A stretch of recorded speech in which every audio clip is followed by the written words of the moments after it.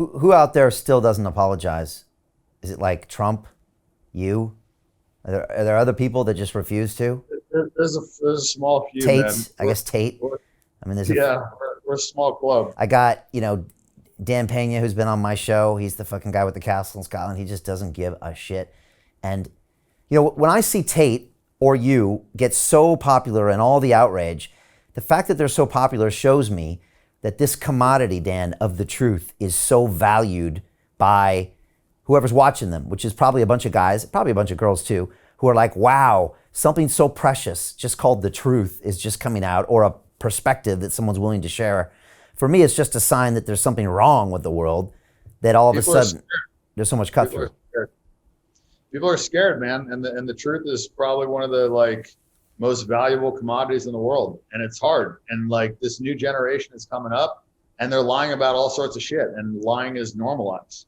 And, it's one of those things where, I don't know, people value things that are rare. That's why they value gold. Gold was fucking everywhere. Nobody give a shit about it. You know what I'm saying? Like rare things people value. And so in this day and age, having the balls to say what the fuck you think and say what you mean and be honest is rare. And so, that's why people value it. And that's why when people see, that's why Tate blew up so fucking fast, because here's a guy that's just saying it fucking, whether it's how it is or not, it's how he sees it, and whatever. I don't agree with everything he says. I don't agree with everything Trump says. I don't agree with anything. There's not probably a person in the world where I agree with everything they say. I don't give a fuck. You're entitled to your own opinion. Have your own opinion. It's fine. That's what makes conversation interesting. I don't want a motherfucker that agrees with every single fucking thing I ever say. How interesting is that conversation going to fucking be? I want somebody that's going to disagree with me, and then we're going to argue. And in arguing, I'm actually going to learn more, So sometimes I'll fucking I'll take a stance that I actually don't even believe in, just to see how strong the guy's argument is on the other side, or how strong I can argue that point. You know what I mean? You learn things like that. You learn things by talking things through.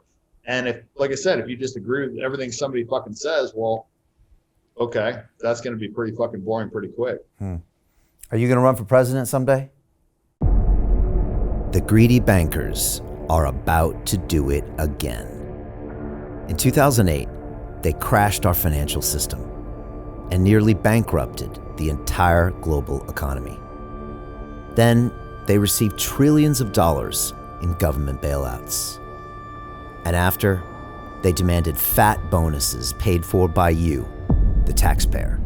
It turns out the banks haven't just been screwing the American taxpayers, they're also screwing over their investors. Turns out the banking industry is the worst place you could put your money, despite enormous taxpayer bailouts. Now the bankers are back to take away your financial freedom. They lie and tell you that cryptocurrency isn't safe. They try to make it illegal for you to choose how to invest your hard-earned money. They lie and say cryptocurrency is used by money launderers and criminals. But look at the record.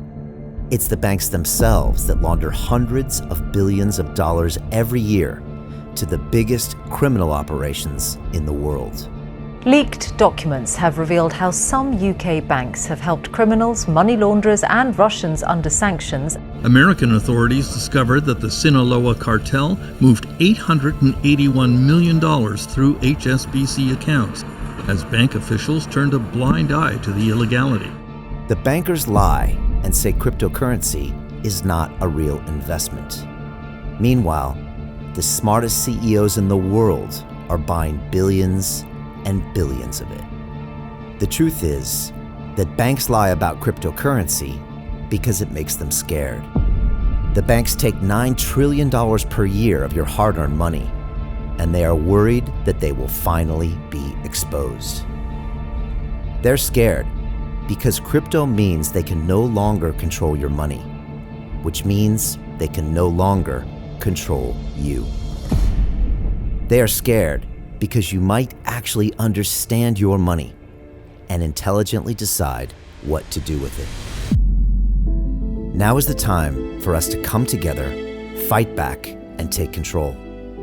It's time to educate ourselves, our families, and our communities. Because financial education means financial freedom. We know that cryptocurrencies will help us build the new decentralized financial system of the future. A banking system that is of the people, by the people, and for the people. A banking system where access to finance is a fundamental human right. A banking system that is free and fair and welcomes all humans on this earth. The DeFi revolution is happening. We, the people, can no longer be fooled. We choose to take control of our finances. We choose to take control of our freedom. We choose to take control of our future. Join us, and let's take back our financial freedom forever.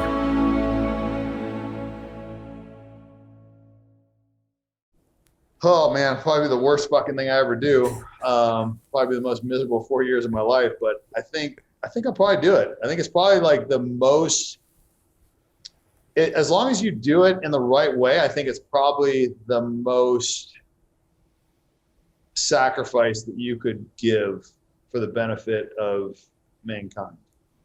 I think it's the biggest impact, and it would probably be some of the biggest cost.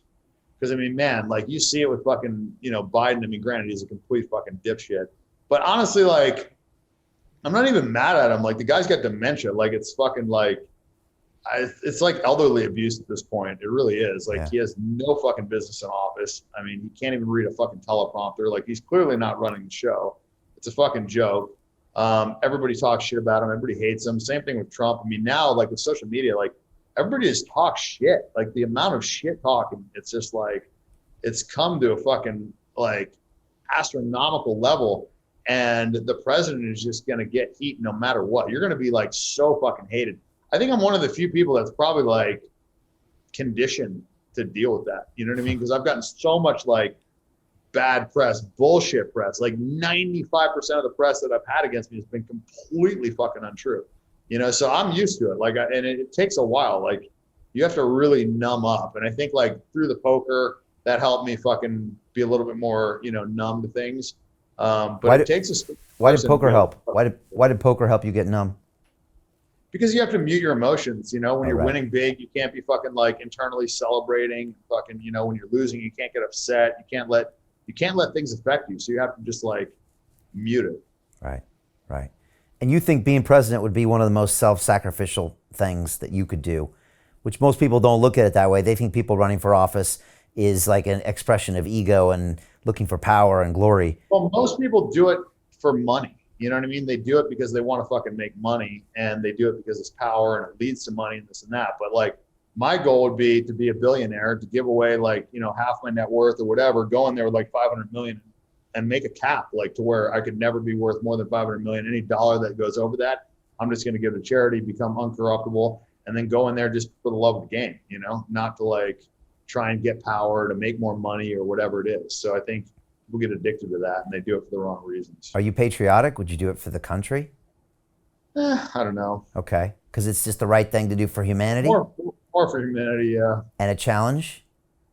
Well, definitely a fucking challenge, yeah.